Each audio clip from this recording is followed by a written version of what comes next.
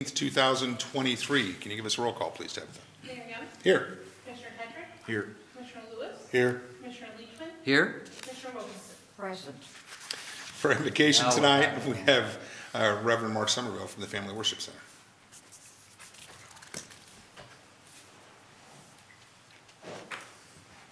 So we pray. Our gracious Father, again tonight we're thankful that we can come to you in this time of a meeting. We thank you for your wisdom, for your guidance, for your direction that you give us. We thank you for our city council and their leadership in our community. We pray your hand of blessing upon them and upon our city. We pray in Christ's name. Amen. Amen. Thank you. Thank you, sir. Would everyone please rise and join us for the Pledge of Allegiance?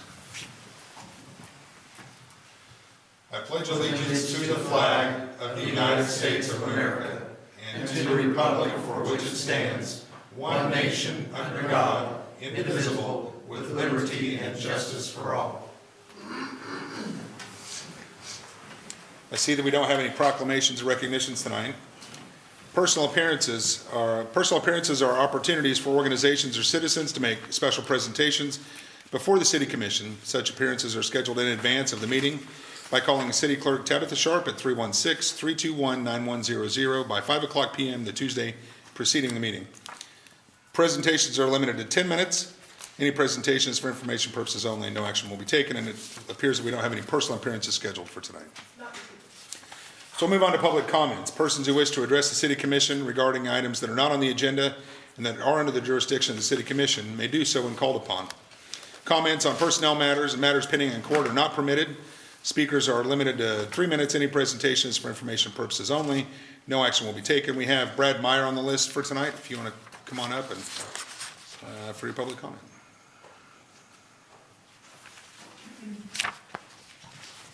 Mayor and Commissioners, my name is Brad Meyer. I reside at 2012 Chelsea Drive in El Dorado, Kansas. Tonight, I want to visit a little bit about temporary signage. I also own On the Edge Auto Detailing. My family and I own On the Edge Auto Detailing at 6th and State. I've got it written down so I stay on track, so I don't travel down a foxhole. So if I don't look right up at you, I'm listening though. Our story. Our family owns On the Edge Auto Detailing at 6th and State. We built a brand new building in 2020 where a dilapidated home once stood. Fast forward to the end of September 2022, I got the harebrained idea to purchase some windlass flags, hereinafter to be referred to in my story as my kind of flags, to let passerbys know of services that we offer. One of my flags identifies window tinting for auto, home, and business, while the other auto detailing. I placed both of them behind the sidewalk and out of the right-of-way and hoped that they would work. That day between 3 and 7 p.m. I received 2 phone calls to get information and subsequently schedule window tint work, and both callers said they saw the signs and didn't know that we offered that service. Over the next 3 weeks-ish, I received several phone calls for window tinting and detailing services as well. I thought, well, maybe my idea wasn't so harebrained after all until I received a phone call from the city the first week in November, telling me that the signs required a special permit and were only allowed for 30 days per calendar year. This was a total surprise to me because Taco Bell's been telling me for nearly a year that they're open late using the same style of signs. I'm not sure if there was a complaint about my signs or how the phone call came to be made, but I removed the signs within the next few days. As you may imagine, I asked many questions over the next few days and weeks to come about what is acceptable, only to learn that signs on T-posts and banners attached to fences and other things are not allowed either. I've seen lots of these types of signs throughout the city, but most importantly, these signs seem to be simply letting people passing by know what the businesses have to offer, or maybe even that they're hiring. In the sample letter I was provided and given to you, 2 pictures show temporary signage according to the zoning regs, while the one on the right shows the dollar signs, which doesn't tell me much, but the one on the left tells me that GameStop is having a sale. Now, our average invoice for window tinting comes to about $145, and with the 10 new customers that simply identified that they saw the signs, that called and scheduled work was a little over $1,400 at about $100 in sales tax. Now, I'm not going to baffle you with the potential numbers of what I could have made if I could have gotten to leave my signs out, but it could have meant enough business that we need to hire our first employees and not just use and abuse our family members. Over the last 3 years, our business has grown, and we've added additional services to fill a niche in the community where certain services are needed. These services advertised will ultimately require us to hire people, and potentially locals at that, to fill those spots. We make our own t-shirts and hoodies to give away for advertising and have since day one. I did find it interesting. I recently requested information regarding the number of temporary sign permits that I was told about, permits used, and only to find out that in 2020, only 4 of these permits were issued. In 2021, only 2, and in 2022, only 1 of these permits were issued. Each of those years, the municipal band accounted for 1, so that means in 2022, no one like myself applied for this permit. So the real question may be, why so low, and why so many people haven't applied? I'm not asking to throw out sign rules and have a sign free for all, but 30 days out of 365 days isn't even 10% of the year, which seems very restrictive and not very business friendly. This, in my opinion, might mean to allow my type of signage to be used throughout the year to boost business. Now, I understand and I get that a certain look is desired in the community, and worn out and broken and tattered signs may need to be replaced when they get that way, but we're in a commercial zone. So my thoughts. Small business owners, specifically small business owners, must be creative with smaller, dwindling advertising budgets where large corporate companies may not. Not all businesses can have flashy signs to tell me McRib is back or that we do carry out. I would like to think that all businesses would want to let customers know what services and specials they have that they're offering throughout the year. Some entities, not necessarily businesses, may need to let people know of events in the community, such as community celebrations, farmers markets, runs, youth sports, and special days of the week that we need to be thankful for. Even the city has signs advertising recreational sports that don't meet the temporary sign regulations. My hope is that the city, more specifically the city commission, wants to embrace not only small business, but all business, and provide reasonable avenues for small business budgets to get big results. I would respectfully request the city commission ask the planning commission to review at a minimum the temporary sign ordinance, and most importantly, request public input to make changes to greatly expand or remove the amount of time that these signs are allowed to be used while maintaining a certain look for our community. Should the planning commission not make any recommendations for any changes, I would ask the city commission to allocate resources to the city's zoning department to educate business owners and enforce what's on the books equally across the city. Thank you, Brad. I appreciate that. I don't have a problem with you doing that. There's a lot of them in town. For sure, yeah, there are. And with COVID, we need to do something to help them out. Yeah, I mean, I think we can certainly talk about it in discussion later. Do we have someone else here for public comment? Yes. Come on up.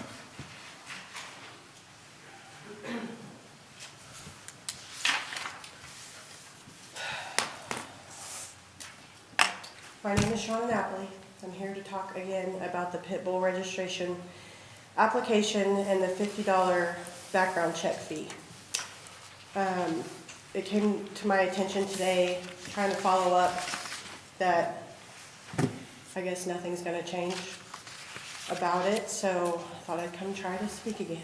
Ms. Bradley, I'm sorry, can you move just that direction so you're speaking in front of the microphone? Oh, there's a microphone. Okay. Last time I was here, I explained why this was discrimination, why it's stereotyping, and that in this attempt to keep track of felons and what kind of dog they have, you instead punish the pit bull owners who do follow the rules. Again, I don't feel like, in my head, this is the only reason why we're doing this. So if I'm wrong, I'd love to learn, but I just can't figure out any other reason why this is a thing other than just trying to keep track of felons not having a pit bull. But the felon already knows he's not supposed to have a pit bull. So why are we expecting the criminals to take their dogs into the shelter to get registered? They're not going to do that. They know they're going to get their dog taken away. Also, anyone in this room can do a background check on anybody else in this room. If you want to do a background check on me because of the dog that I own, then go ahead and do that. You can do that. But I shouldn't be the one to pay for it. It doesn't even cost $50 to do a background check on anybody. Employers, they pay for their own background checks. And they even tell the person that they're going to do that background check on them. We don't even get that on the application, which to me is weird. It should be on there. People should know what's happening with their money, I feel. I know that we're not supposed to talk about legal stuff, which I'm not. I'm just referencing my ticket that I got, that I knew I was gonna get for not paying. There's actually 2 reasons why I didn't pay. And I also emailed you about this, I'm not sure if you've gotten it. But on the application, they ask for everybody in the household information.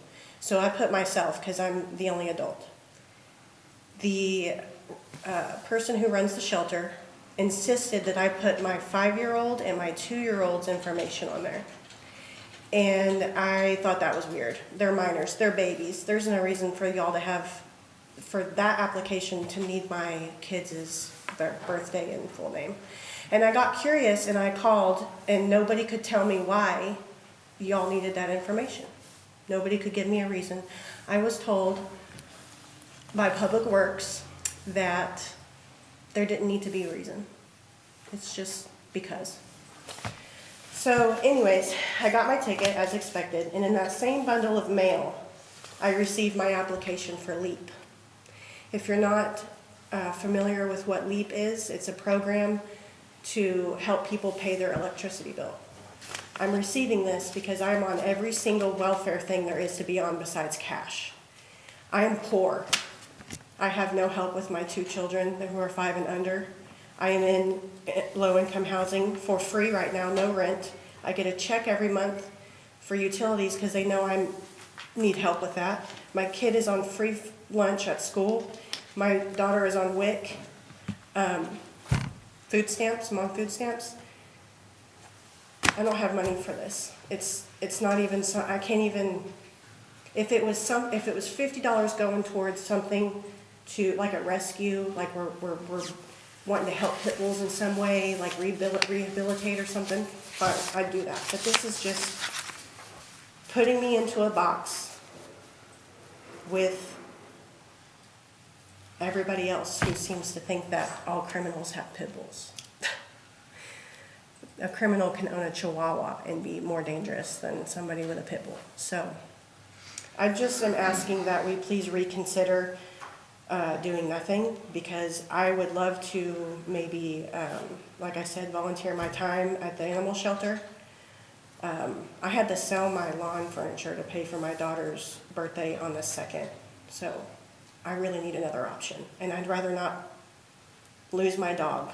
And I can't pay for this ticket either, so I don't know what's going to happen with that. But thank you for your time. Thank you, Sean, I appreciate it. Yes.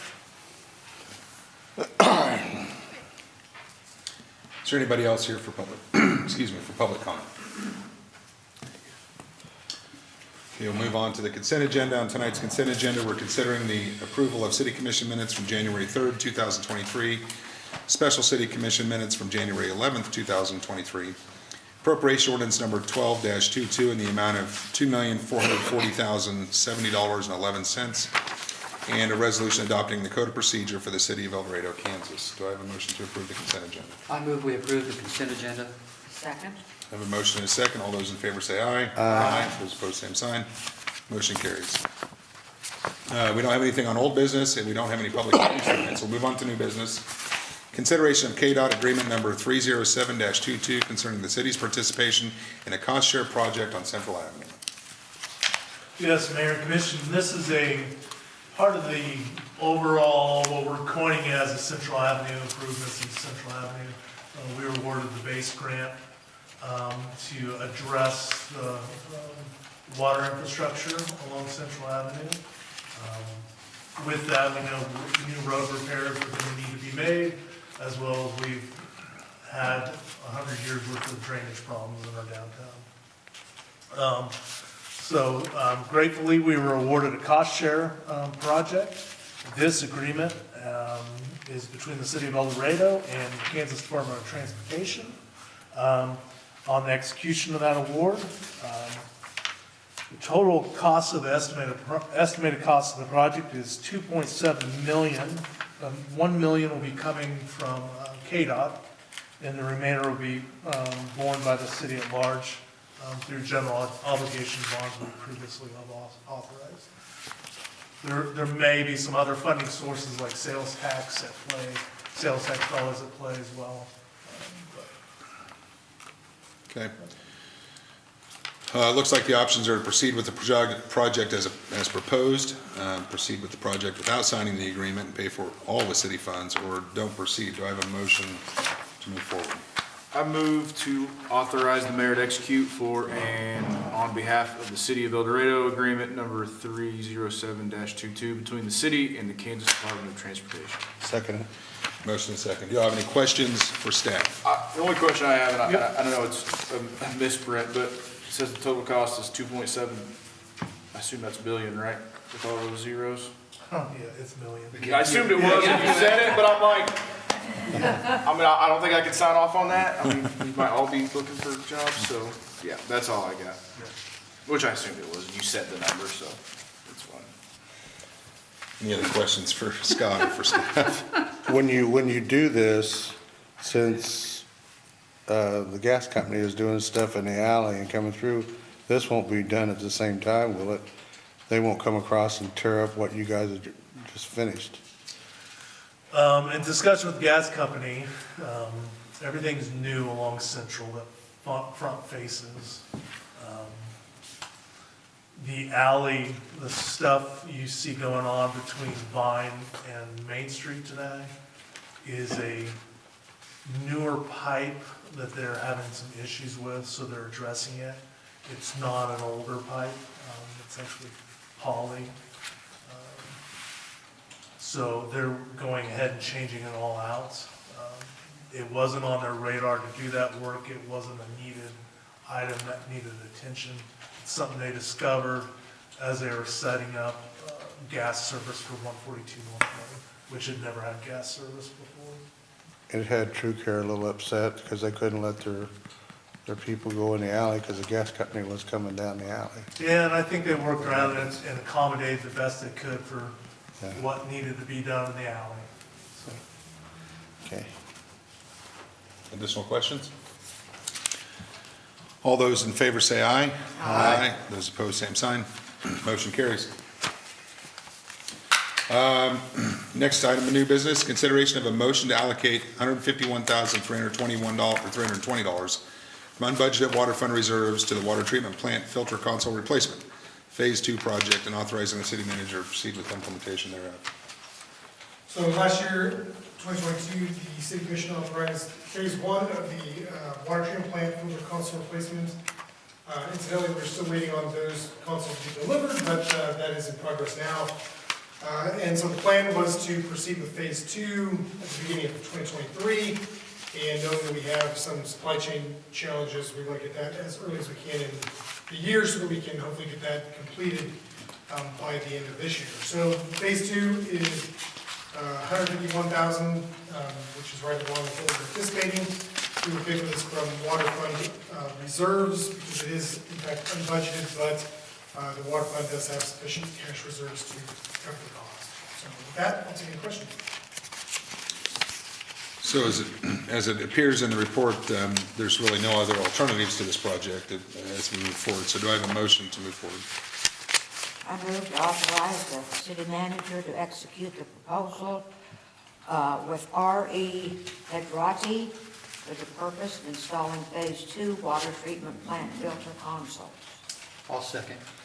Motion and second. Do we have any questions for staff before we move forward? All those in favor say aye. Aye. Those opposed, same sign. Motion carries. That's all for new business. I don't see anything on discussion items, so we're going to move on to City Commission Advisory Board updates, and we'll start with Commissioner Wilkinson. I have had no advisory meetings to report on. Okay. Experience El Dorado met. We had a good group. We were talking about what things are going on for next year, already talking about the festival and a lot of stuff lined up. And I did have to turn them down that I wouldn't sing for the event, so what a deal. Gee. Talk about driving people away. Appreciate that. My groups haven't met yet, so I don't have anything to report. The library board hasn't met, but they had some updates on their website. They have a builders club, which is Legos for K through 5, 23rd. They have a kids in the kitchen and a make and take craft day that are scheduled like the first and the last Tuesday of the month. So a lot of kid stuff going on over there. Thank you. EFABC hasn't met. At our last meeting, I think we discussed moving the meetings to quarterly. And so there's that. I did want to ask if the commission has an interest in asking staff to take a look at staff and maybe the planning commission, however it works, take a look at some of the sign stuff and bring us some opportunities on a work session if you guys Sounds are like a good idea. interested in Yeah. that. Was there for signage? Signage, that signage piece that we were presenting. And I understand that the commission addressed or discussed at the work session the pit bull ordinance. I was not at that work session. I appreciate you running things, Kelly, while I was gone, so. And then I had I don't have an update, but I do have a question, and I would have asked at the work session, but I wasn't there, so. Where are we at in the RFP process for never mind. We'll move on to the city manager's report, at which point I'm guessing they'll bring this up, so. So yes, we sent out the RFP for appraisal services for the Civic Center to, I think about 15 different companies, some of which were looking at Dorado. The Dorado companies opted not to participate. Most of them did not have the capability or expertise to do the appraisal that we were looking for. And so then the rest of them went to companies in Wichita. Be that as it may, we only had one respond. And so Martin's Appraisal in Wichita will be doing the appraisal for $3,000. They're a company that specializes in commercial properties, and especially commercial properties that are unique. So it's not just a commercial building, it's an activity or event center, which is kind of different in terms of the commercial appraisal that needs to be done. So they will be starting that. I sent them the submittal letter, or the engagement letter rather, last week, and we're getting everything coordinated, so they come down and begin to kind of get first get the documents they need, and then they'll come down and kind of look through the building and look through the property and things like that. So the project's moving on schedule and may actually be done before anticipated. So we'll keep you posted on that. Let's see, another kind of interesting thing that the public may want to know is that the city will be digitizing the cemetery database. We had started that, but the process that we had implemented to do that presumably will take quite a long time. So staff have been implementing or inputting database files or records as they have time available. Well, there's quite a few records that date way back. And so the unfortunate thing is to catch up would just take a considerable amount of time at the pace that we're making. So we are going to go ahead and have the company that does the software go ahead and just put it in. It will be done much faster. In fact, they anticipate that it will be a few weeks, hopefully, and that could be a couple months, really, when you think about it. But needless to say, it'll be a whole lot condensed than what staff would do. And so those records will be digitized so that citizens and or any visitors that are coming to Dorado looking for loved ones can get on the database and search their loved ones and be able to find them pretty quickly. So it's pretty handy, especially since we get a lot of visitors during certain periods like Memorial Day and other periods of the year. So it's just one of those things where if people are doing genealogical research or just trying to track down a loved one, it's a whole lot easier to do it this way. It'll also make it easier for staff to find folks as well, because of our records. A lot of our records are paper, and so they may not know where someone's buried as well. So that will be coming soon. Dave, do you have any idea what, how far back you'll be able, do you think 50s? Can you go back that far even? They will go back as far as our paper records. As far as the records go, Yeah. okay. So I don't know how far back that goes, but much further than the 50s, I imagine. So I have another question about that. So, I mean, I know that our American Legion, or VFW, do a pretty good job of trying to track or our veterans, or, you know, the veterans that we have, or veteran status of the people in our cemeteries. Is that data also included on the records out there that are gonna be digitized? Do you know? My understanding is that that will include that information. So, excuse me, a burial record, whatever information is included on that record will be digitized and put Okay. into the database. So if the veteran status was included, or the service was included on that original record, then that'll be digitized as well? Right. Okay. Let's see. And for now, I think that's all I have. Okay, so the RFP that I was actually gonna ask about was for the baseball, softball fields, kind of can you give us the public an update on where that progress is at? Oh, yeah, so we are in the process of finalizing the RFP, and we should be getting that in the streets here pretty quick. We've kind of moved back our schedule, because we weren't able to get it out quick enough for the spring schedule starting up. It's already almost February as well. The Butler baseball team's already started, they've already reported, and I think the softball team's coming shortly behind that. So I think in talking to staff, we thought it'd be best to kind of get the RFP out, get the design services going, get them designing the concession stand restroom facility, and then get that in earnest in the summer off-season. So that's kind of what we're looking for. But Scott, do you know when those are due back by chance? We've got a date and still wiggling with those dates a little bit. The thought was to get them under construction this summer after rec leagues are done. Give it plenty of time. There may be a little, obviously Central Park won't be impacted in the fall. There may be a short window where East Park would be impacted. The priority would be East Park getting done first. With this RFP, we're asking for interested parties to submit a design idea, almost like a design build. Okay. Kind of giving them criteria, you know, it needs to have this many holes in each restroom, and concessions need to be able to accommodate this. We also indicate that there may be a potential for an additional locker room that Butler may be interested in funding at East Park, to match the appearance. So yeah, we've talked to a few firms, there's some interest out there, and push it along and get it done. Okay, thank you. There's nothing else from the commission. It doesn't look like we have this executive session tonight, so I consider a motion to adjourn. I move we adjourn. Second. Motion and a second. All those in favor say aye. Aye. Opposed, same sign. Motion carries. Thanks, everyone.